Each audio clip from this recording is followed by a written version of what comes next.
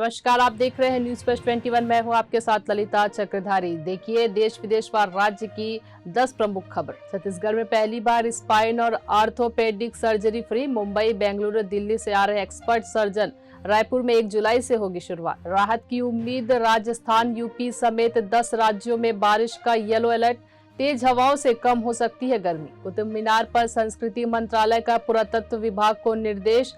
परिसर में खुदाई कर रिपोर्ट दे। पीएम मोदी ने थॉमस और उबर कप के खिलाड़ियों से की मुलाकात। चारधाम यात्रा के दौरान अब तक 57 मौतें, इनमें से 55 की मौत हार्ट अटैक से हुई। मध्य प्रदेश में सीएम शिवराज ने राहुल गांधी को बताया देश का सबसे हताश और निराश नेता। प्रधानमंत्री से अनुरोध करता हूं, जल्द समान नागरिक संहिता लाए, राज ठाकरे ने कहा। लखनऊ में समाजवादी विधानमंडल दल की बैठक आज। शिवपाल यादव नहीं होंगे शामिल। उत्तर प्रदेश में सरकारी दवा गोदाम में 16 करोड़ से ज्यादा की एक्सपायरी दवाइयां मिली। गणपति सच्चिदानंद स्वामी के जन्मदिन के समारोह में शामिल हुए पीएम मोदी।